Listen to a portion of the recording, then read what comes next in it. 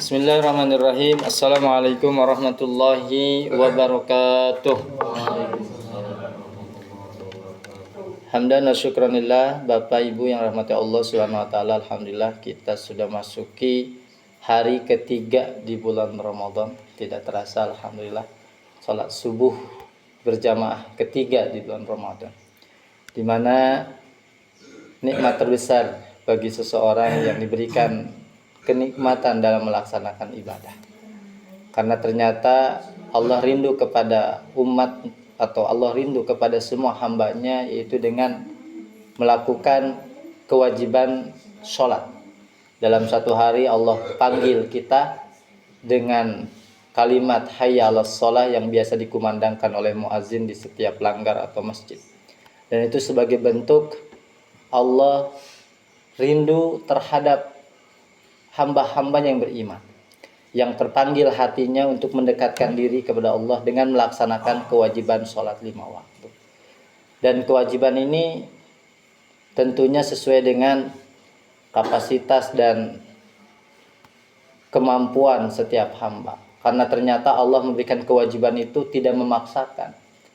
Artinya wajib mereka sholat, yakni mereka yang memenuhi syarat sholat. Tapi bagi mereka yang tidak memenuhi syarat sholat, maka tidak ada kewajiban. Jangankan sholat, begitupun dengan puasa. Wajib puasa itu bagi yang memenuhi syarat puasa. Tetapi bagi mereka yang tidak memenuhi syaratnya, tidak diwajibkan, diberikan keleluasaan. Dalam sholat setidaknya ada 4 syarat orang wajib sholat.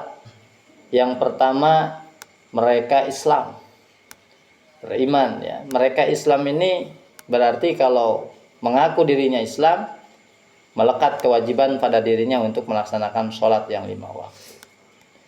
Yang kedua, kalau sudah balik di usia 15 tahun, laki-laki maupun perempuan.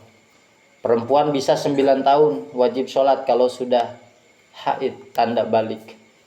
Kalau laki-laki Sahrul 15 tahun.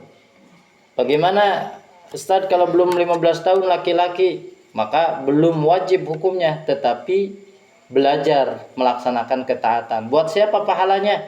Buat orang tuanya.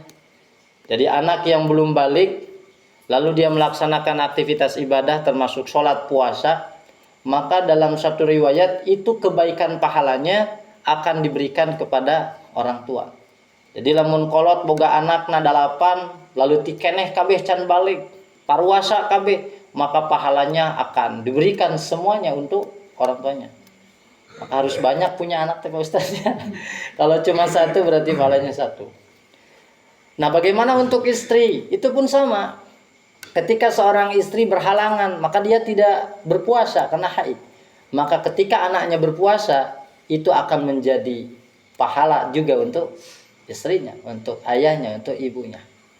Maka sebagai anak yang belum balik, selain belajar meskipun belum wajib, tapi pahalanya akan menjadi milik kedua orang tuanya. Syarat kedua itu balik. Pak Ustaz, hari emak geus balik itu, geus kolot geus balik pisan atau geus incuan geus leuwih balik.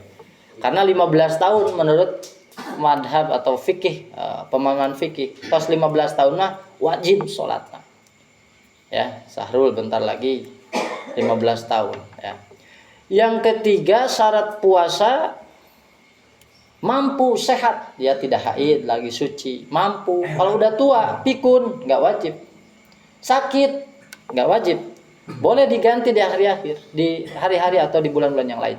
Termasuk sedang di perjalanan yang memungkinkan menguras tenaga dan fisik, boleh. Bahkan orang ada yang beristihad, kumaha Ustaz lamun keur digawe cenah Allah teu kuat nyesop wae, tapi harus dikodok. Kalau memang pekerjaan itu menuntut fisik, ngagali sumur misalkan, atau mungkin ngangkut semen, atau sesuatu hal yang memang menguras tenaga fisik, boleh tidak berpuasa ketika di perjalanan, ketika ketidakmampuan, ketidakpayah. Tetapi wajib diganti di hari dan bulan yang lain. Jadi harus mampu, harus sehat.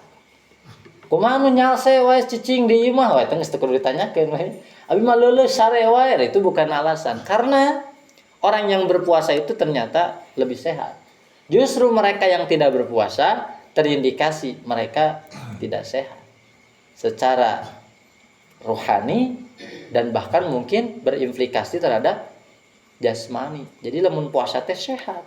Bahkan salah satu peneliti mengatakan orang yang berpuasa itu selama berpuasa maka sel-selnya itu akan membunuh sel-sel racun dalam tubuhnya itu, menyetabilkan lagi. Termasuk awet muda ternyata. Jadi nu rajin puasa mah bakal awet muda, cahayaan we raraina teh awet ngora. Kumaha mun nu tara puasa komo Ramadan tareh kolot. Usiana ngora keneh tapi terlihat lebih tua. Selain dari hikmah awet muda yang kita bisa ambil, harus mampu. Syarat yang ketiga, sehat, sudah tidak fikur. Kumaha geus fikur geus kolot teu puasa teu naon. Dan memang agama tidak mewajibkan.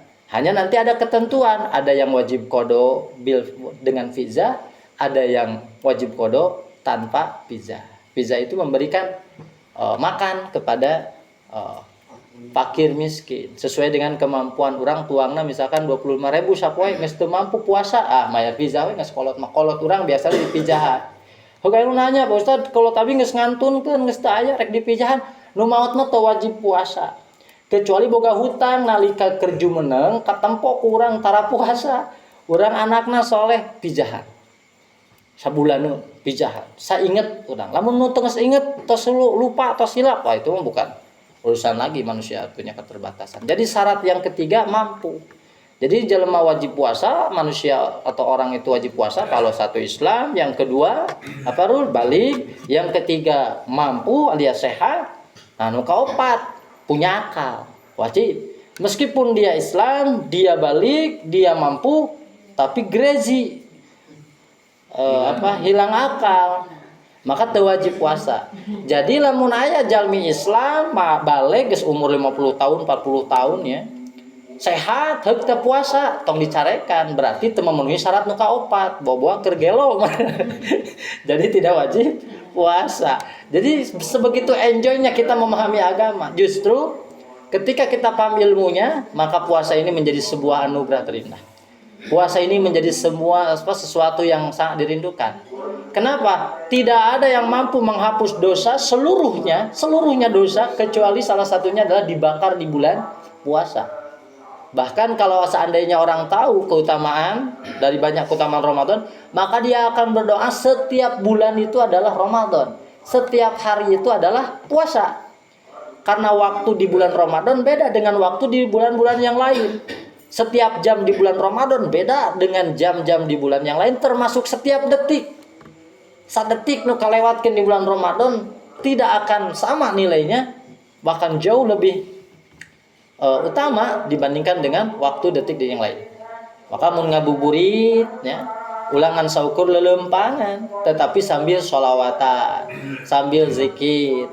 Yang itu mungkin tidak banyak orang tahu. Teu kudu ini jauh-jauh teuing di lemur, di samping rumah nyiram tanaman atau memelihara binatang kesukaan, misalnya pamamatnya bari maraban hayam, bari sholawatan.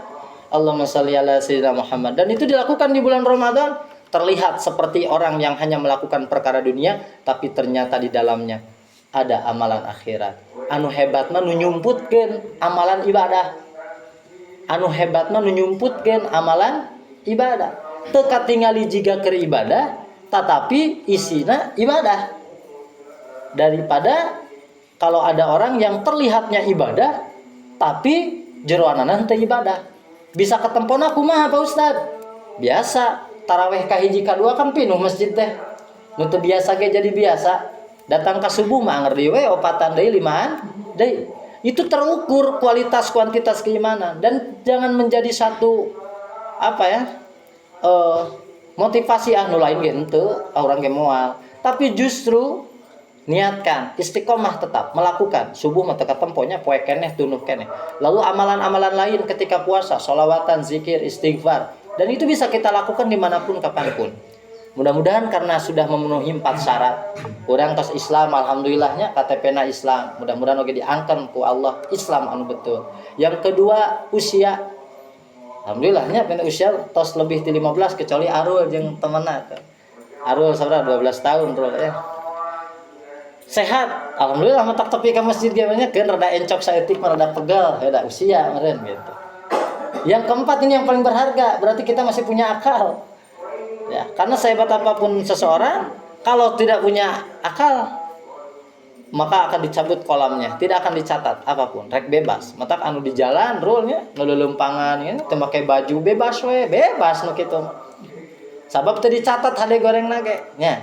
Tapi lamun aya anu kitu di jalan nu hilang ingatan atau orang gila ya yang Allah uji dengan dicabutnya akal pikiran, sebetulnya mereka tidak 100% gila, sadar kepada dirinya. Jadi teu poho pisan. Buktina naon Pak Ustad? Eta lamun nyebrang dengan sok culang cileung. Ya, sakumaha gelona pas nyebrang mah pasti nempo heula kiri kanan bisa aya motor, aya mobil berarti sadar keneh ka dirina. Nah urang mah alhamdulillah sadar ka diri ngalaksanakeun kewajiban ka Allah Subhanahu wa taala. Sakitu panginten nu kapihatur, mudah-mudahan sadayana sehat, sadayana berkah, sadayana jauh tina panyawat, tiasa ngalaksanakeun Ramadan nu katilu dugikeun ka Ramadan berikutna dina kayaan lancar sehat tur ditampi ku Allah Subhanahu wa taala. Usini wa yakum bitaqwallah. Assalamualaikum warahmatullahi wabarakatuh.